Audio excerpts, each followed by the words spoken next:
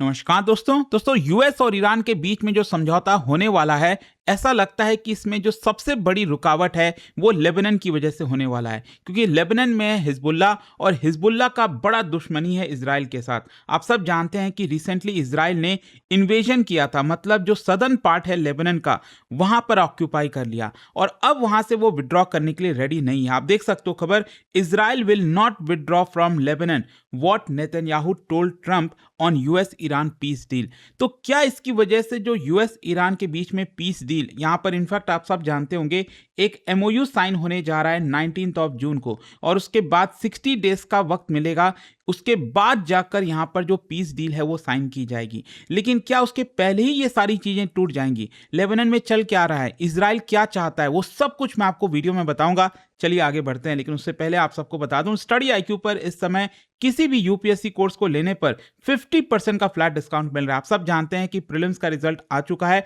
अगर आप 2027 की तैयारी कर रहे हैं, एग्जैक्टली आपके पास 1 साल बचेगा। यहां पर आप अपनी कंप्लीट प्रिपरेशन कर सकते हैं। अलग अलग फीचर्स हैं इसके अंदर, जो भी पैकेज आपको चाहिए वो आप ले सकते हैं। कोई भी अगर आपको डाउट है, प्रॉब्लम है, ये फोन नंबर दिया है, इस पर कॉल करिए, यूज करिए कोड अंकित लाइव मैक्सिमम डिस्काउंट के लिए। चलिए शुरुआत करते हैं। सबसे पहले देखते हैं कि हुआ क्या है। देखिए यहां पर जो इजरायली मीडिया में रिपोर्ट सामने आई है, इनफैक्ट आपने देखा होगा जो इजराइल के डिफेंस मिनिस्टर हैं उन्होंने यह तक कह दिया है कि लेबनान से इजराइल विड्रॉ नहीं करेगा। और यहां पर रिपोर्ट्स के आधार पर बताया जा रहा है कि जो प्राइम मिनिस्टर हैं इजराइल के बेंजामिन नेतन्याहू, उन्होंने भी डोनाल्ड ट्रंप को कह दिया है that Israel does not consider itself bound by the Lebanon related provisions of the newly announced piece agreement. तो बेसिकली यहां पर यह कहा जा रहा है कि यूएस और ईरान के बीच में जो पीस एग्रीमेंट अनाउंस किया गया उसमें लेबनान शामिल नहीं है। अब देखिए यहां पर प्रॉब्लम क्या है, अगर आप देखोगे तो काफी लंबे समय से यह खबर आती रहती है कि जब भी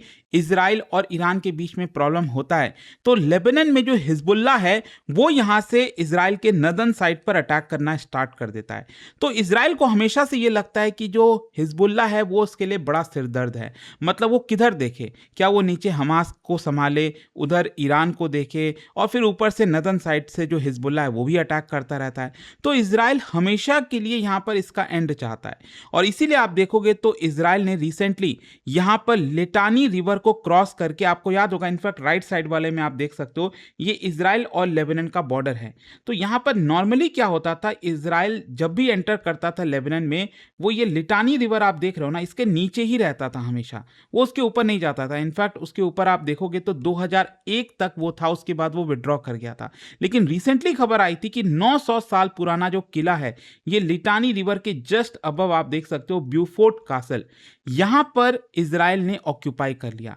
और ऐसा लग रहा था कि जो इजराइल है वो और ऊपर की तरफ बढ़ने की कोशिश कर रहा है, ये जो जहरानी रिवर है वहां तक जाने की कोशिश कर रहा है, ताकि जो हिजबुल्लाह है उसको एकदम कंट्रोल में किया जा सके। तो नेतन्याहू ने रिसेंटली ट्रंप को यह कह दिया फोन पर दैट इजराइल ने जो पोजीशन अपनाई है सदर्न लेबनान में, वहां से वो विड्रॉ नहीं करेगा। इसके अलावा जो इजरायली फोर्सेज है they will remain in current position, operations against Hezbollah will continue, ये इजराइल का कहना है। हिजबुल्लाह का जो इंफ्रास्ट्रक्चर है वो हमारे टारगेट में हमेशा रहेगा, और अगर लेबनान हमारे ऊपर अटैक करता है, कोई भी कोशिश करता है, तो हमारे पास हक रहेगा कि हम हिजबुल्लाह के ऊपर जो है लगातार अटैक कर सकें। और कहीं ना कहीं आपको समझना है कि जो यूएस ईरान के बीच में एग्रीमेंट होने जा रहा है उसमें शायद सबको ये लग रहा था कि ये भी एग्रीमेंट होगा कि जो लेबनान में चीजें चल रही हैं, हिजबुल्लाह और इजराइल के बीच में जो चीजें चल रही हैं वो भी यहां पर रुक जाए। मतलब ज्यादातर लोग यही मान के चल रहे थे कल जब ये चीजें अनाउंस की गई थी। लेकिन देखो यहां पर आपको एक बिगर पिक्चर देखना होगा। बेसिकली 3 ओवरलैपिंग कॉन्फ्लिक्ट चल रहा है। एक तो यूएस और ईरान के बीच में आप सब जानती हो अभी रिसेंटली कितना घमासान युद्ध हुआ, किस तरह से मिसाइल्स दागे गए, ड्रोन्स दागे गए, और यहां पर जो स्ट्रेट ऑफ हॉर्मुज है वो बंद हो गया, ग्लोबल ऑयल मार्केट में इंस्टेबिलिटी आ गई, और इसकी वजह से फाइनली अब दोनों बैठकर यहां पर बातचीत करना चाहते हैं, इस पूरे वॉर को रोकना चाहते हैं। ये तो आप सब जानते होंगे।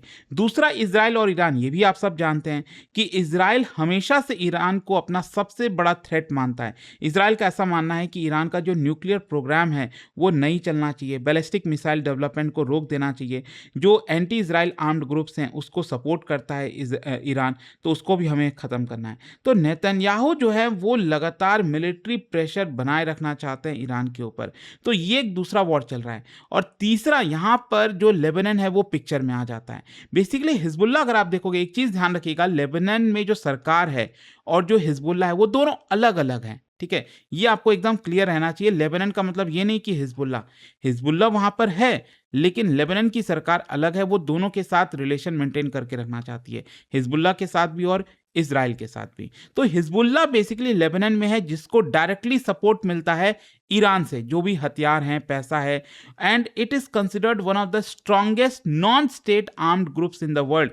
मतलब हिजबुल्लाह जो है वो ना, मतलब दुनिया का आप सबसे बड़ा, आप कह सकते हैं, नॉन स्टेट एक्टर, जिसके पास इतनी बड़ी मात्रा में मिसाइल्स हैं, ड्रोन्स हैं और बहुत सारी चीज़ें, जिसके तहत वो इज़राइल पर लगातार हमला कर पाता है।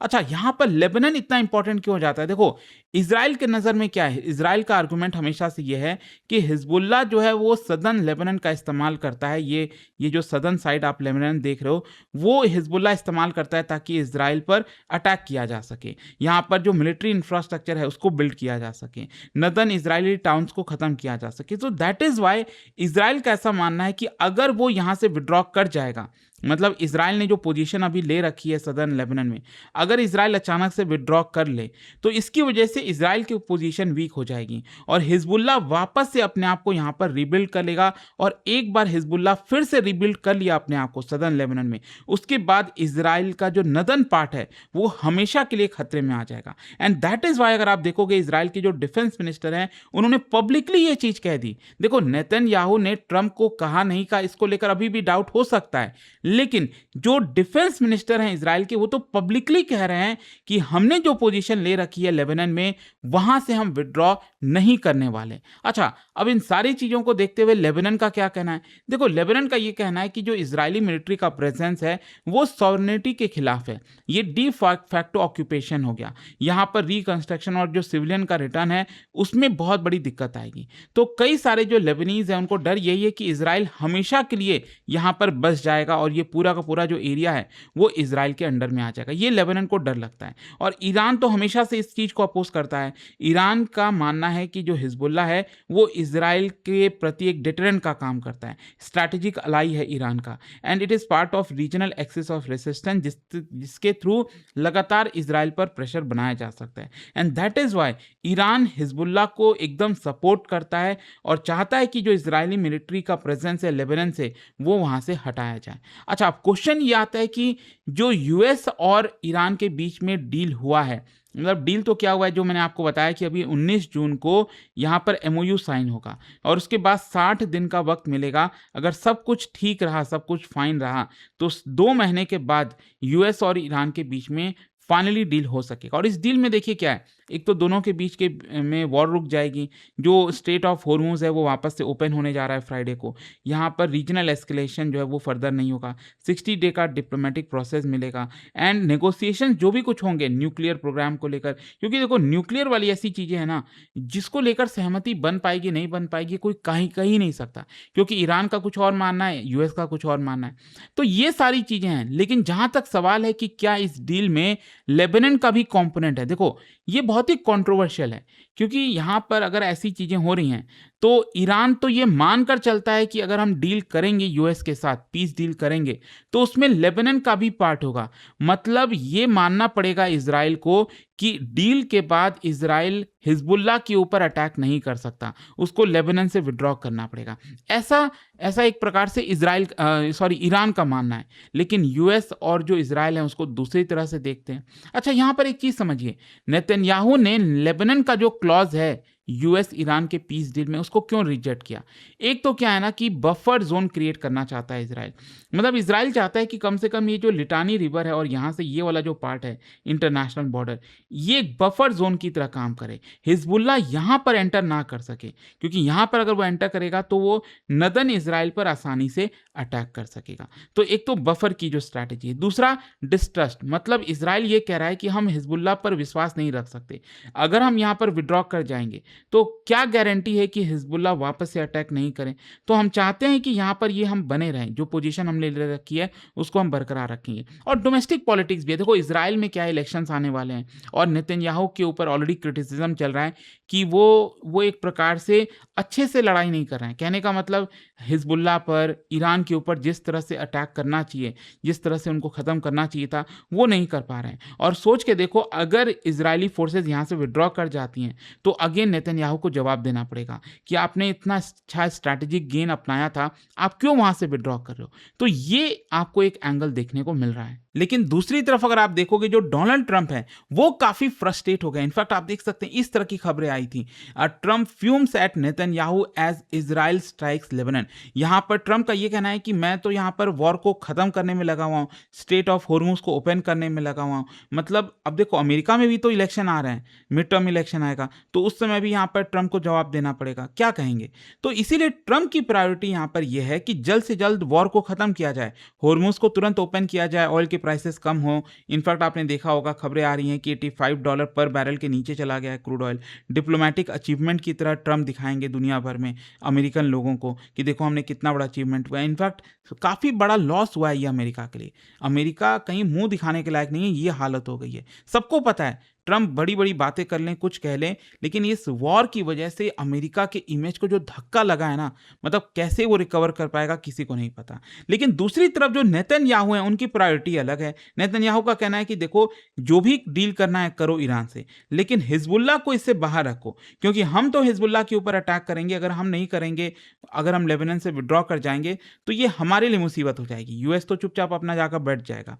तो ये आपको देखने को मिलेगा। और इसीलिए जो कई सारे एनालिस्ट हैं वो कह रहे हैं कि it is US Israel rift, क्योंकि कई दशकों से आप देखोगे यूएस और इजराइल काफ़ी क्लोज अलाई रहे हैं, लेकिन ये दिखाता है कि रियलिटी कुछ और है। अलायंस का मतलब ये नहीं होता है कि इंटरेस्ट भी एकदम सेम होंगे। यूनाइटेड स्टेट्स रीजनल स्टेबिलिटी चाहता है, इजराइल चाहता है कि मैक्सिमम सिक्योरिटी फ्रीडम मिले हिजबुल्लाह के खिलाफ। तो और इसी ऑब्जेक्टिव की वजह से ये कॉन्फ्लिक्ट आपको देखने को मिलेगा। अच्छा, क्वेश्चन अब लास्ट में ये आता है कि क्या इसकी वजह से जो पीस डील है यूएस और ईरान के बीच में, क्या ये फेल हो जाएगी। देखो, कई मेजर रिस्क तो हैं। सबसे पहला, इजराइल कंटिन्यू ऑपरेशन। अगर इजराइल लेबनान के अंदर अपना ऑपरेशंस करता है तो डेफिनेटली ये चीज़ ईरान को पसंद नहीं आएगी। फिर दूसरा, हिजबुल्लाह का रिटेलिएशन, क्योंकि अगर इजरायली स्ट्राइक होता है तो हिजबुल्लाह भी रिटेलिएट करेगा, तो क्या वॉर वापस से स्टार्ट हो जाएगी। और तीसरा, यहाँ पर जो ईरानियन का रिस्पॉन्स है, मतलब ईरान ने इंडिकेट किया है साफ साफ कि हम तभी एग्रीमेंट करेंगे अमेरिका के साथ जब इसमें लेबनान का भी क्लॉज हो।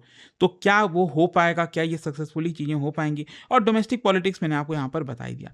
तो आई होप कि आपको डिटेल में समझ में आ गया है कि एक्चुअली इजराइल विड्रॉ क्यों नहीं करना चाह रहा है, प्रॉब्लम क्या है। एंड जाने से पहले एक बहुत ही इंटरेस्टिंग क्वेश्चन, ताइफ एग्रीमेंट, क्या बता सकते हो ये कौन से इवेंट से रिलेटेड है। ये 4 ऑप्शन मैंने आपको दिए हैं और इसका जो राइट आंसर है आप सब जानते हैं, मेरे इंस्टाग्राम पर तो मिलेगा ही।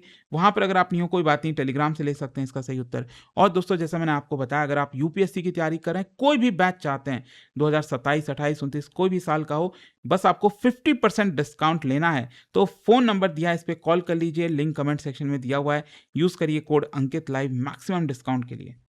Study IQ IAS, making India smarter and better.